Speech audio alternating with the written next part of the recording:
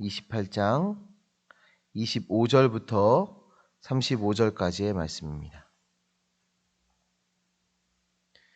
이 시간에 우리에게 주신 하나님의 말씀은 신명기 28장 25절부터 35절까지의 말씀입니다. 한 절씩 교도하여 읽도록 하겠습니다. 여호와께서 내 적군 앞에서 너를 패하게 하시리니 내가 그들을 치려 한 길로 나가서 그들 앞에서 7길로 도망할 것이며 내가 또 땅의 모든 나라 중에 흩어지고 내 시체가 공중의 모든 새와 땅의 짐승들의 밥이 될 것이나 그것들을 쫓아줄 자가 없을 것이며 여호와께서 애굽의 종기와 치질과 괴혈병과 피부병으로 너를 치리니 내가 치유받지 못할 것이며 여호와께서 또 너를 미치는 것과 눈머는 것과 정신병으로 치시리니 맹인이 어두운 데에서 더듬는 것과 같이 내가 백주에도 더듬고 내 길이 형통하지 못하여 항상 압제와 노략을 당할 뿐이리니 너를 구원할 자가 없을 것이며 내가 여자와 약혼하였으나 다른 사람이 그 여자와 함께 동침할 것이요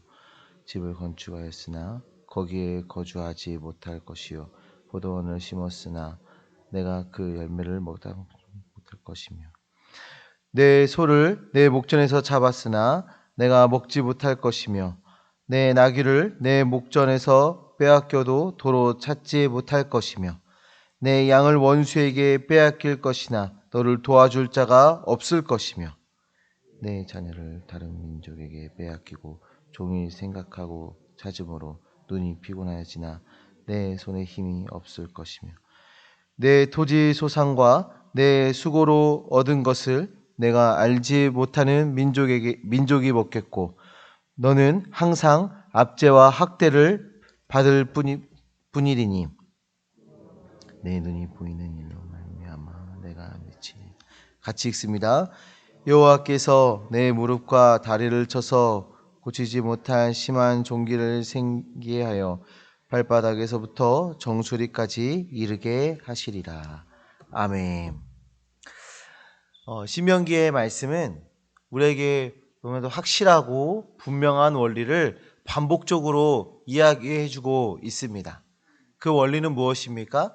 하나님의 말씀에 순종하면 복을 누리고 불순종하면 저주 가운데 놓이게 된다. 이 말씀을 반복적으로 우리에게 해주고 있습니다. 그래서 이 신명기의 말씀은 우리에게 하나님의 말씀을 기억하고 마음과 뜻과 힘을 다하여 하나님의 말씀에 순종하며 살아가도록 우리에게 말해주고 있죠. 어제의 말씀에 이어서 불순종한 자들에게 주어지는 징계의 말씀이 나오고 있는데요. 불순종한 자에게 임하는 징계는 삶의 모든 부분에서 강력하게 나타나고 있다는 것을 우리가 말씀을 통해서 확인할 수가 있습니다. 먼저 25절, 26절의 말씀을 보시면 전쟁에 패하게 되는 징계를 받게 됩니다. 전쟁을 하기 위해서 그 적군을 치기 위해서 이제 한 길로 이제 군사가 나가지만 전쟁에 패하게 돼서 7길로 흩어지게 된다, 도망하게 된다 말하고 있어요. 그러니까 즉 뿔뿔이 흩어지는 거예요. 뿔뿔이. 너무 비참한 패배 아니겠습니까? 도망할 곳에 그 목적지도 없는 거예요. 그러니까 우리가 전쟁에 패하면 어디로 도망가야지 하는 그런 목적지도 없는 것이고 도망을 가도 보호해줄 그런 힘도 어디에도 없는 겁니다. 그냥 그 순간 목숨을 구제하고자 뿔뿔이 발 닿는 곳으로 아무 곳이나 도망치는 모습을 지금 보여주고 있는 거예요. 더 나아가서 이 전쟁에서 사망하게 된 그 시체들은 짐승의 먹이가 됩니다. 이 사무엘상 17장 47절의 말씀을 보시면 또 여호와의 구원하심이 칼과 창에 있지 아니함을 이 무리에게 알게 하리라. 전쟁은 여호와께 속한 것인즉 그가 너희를 우리 손에 넘기시리라. 이런 고백이 나와 있어요. 칼과 창이 구원하는 것이 아니라 이 전쟁은 여호와 하나님이 역사하는 그 순간임을 고백하고 있는 것 아니겠습니까? 근데 불순종하게 되면 이 전쟁 가운데에서 하나님이 관여하지 않으신다라는 것입니다. 이어서 하나님의 징계는 육체와 정신 가운데 나타나게 됩니다. 27절, 28절의 말씀을 보시면 온갖 질병과 정신병으로 고통을 당하게 될 것을 이제 말씀하고 있어요. 모세는 이 육체의 질병들을 나열하면서 27절에 보면 애굽의 종기라고 말하며 시작하고 있습니다. 애굽의 종기.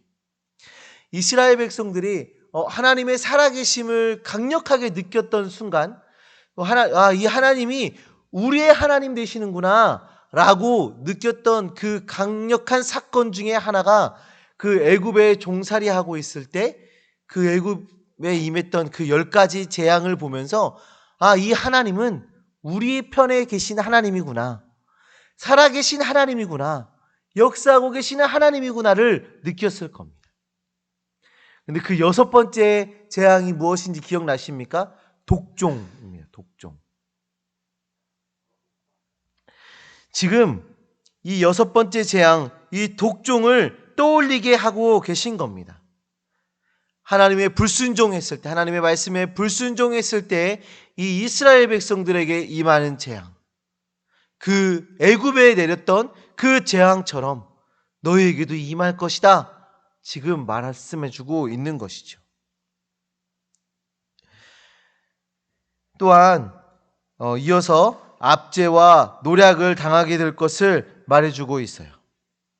아내와 집과 포도원의 열매와 가축, 자녀까지 모두 빼앗기게 될 것을 말하고 있습니다.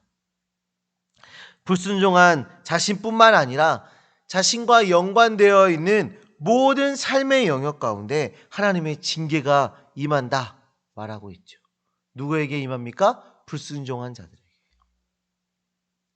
순종하게 되면 자신과 자신의 모든 소유의 복을 받게 된다고 하나님께서 말씀하셨지만, 불순종은 반대로 자신과 또 자신과 연결되어 있는 모든 곳에 징계가 임하게 된다 말하고 있는 것인 거예요.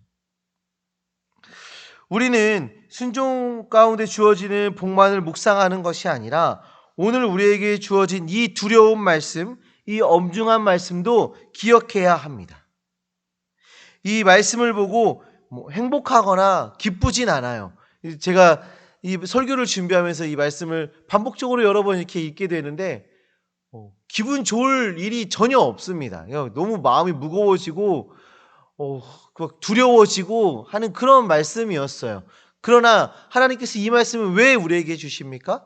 우리에게 너무나도 필요한 말씀이기 때문에 주는 것입니다. 우리가 이 말씀을 기억하면서 내가 더욱더 순종하는 주의 백성으로 살아야 되겠다, 내가 하나님의 백성답게 살아가야 되겠다, 계속적으로 결단하며 나아가셔야 하는 겁니다. 우리 오늘 본문을 묵상하시다 보면 눈에 들어오는 구절들이 있었는데요. 26절에 그것들을 쫓아줄 자가 없을 것이며, 29절에도 보시면 너를 구원할 자가 없을 것이며, 31절에도 보시면 너를 도와줄 자가 없을 것이며 입니다. 하나님의 징계 가운데 우리를 구원해 줄 자는 아무도 없습니다. 하나님의 심판 가운데 우리를 구원해 주고 우리를 도와주고 우리를 그 징계들에서 우리를 건져줄 자는 아무도 없는 것입니다. 오직 우리를 구원할 수 있는 구원자는 하나님이고, 복도 징계도 저주도 다 하나님께 속한 일이기 때문에 하나님만이 할 수 있는 일이다 말씀하고 있는 거예요. 그 구원자 하나님, 그 능력의 하나님, 심판의 하나님을 우리가 바라봐야 하고 그 하나님 앞에 온전히 서야 함을 말씀해 주고 있는 것입니다. 사랑하는 성도님들, 오늘 말씀이 다소 무겁고 두렵기도 하지만 이 말씀까지도 아멘으로 받아들이시는 주의 자녀들 되시기를 간절히 소망합니다. 이 말씀도, 이 무겁고 두렵고 엄중한 말씀도 마음에 새기고 살아가시는 주의 자녀들 되시기를 간절히 소망합니다.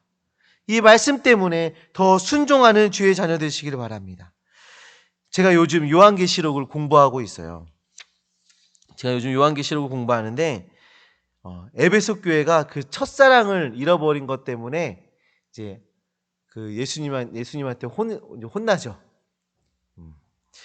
그때 우리 주님께서 이 첫사랑을 잃어버린 에베소 교회에게 처방전을 내려주시는데 그것은 첫째는 생각하는 것이고, 둘째는 회개하는 것이고, 셋째는 처음 행위를 회복하는 것이었습니다.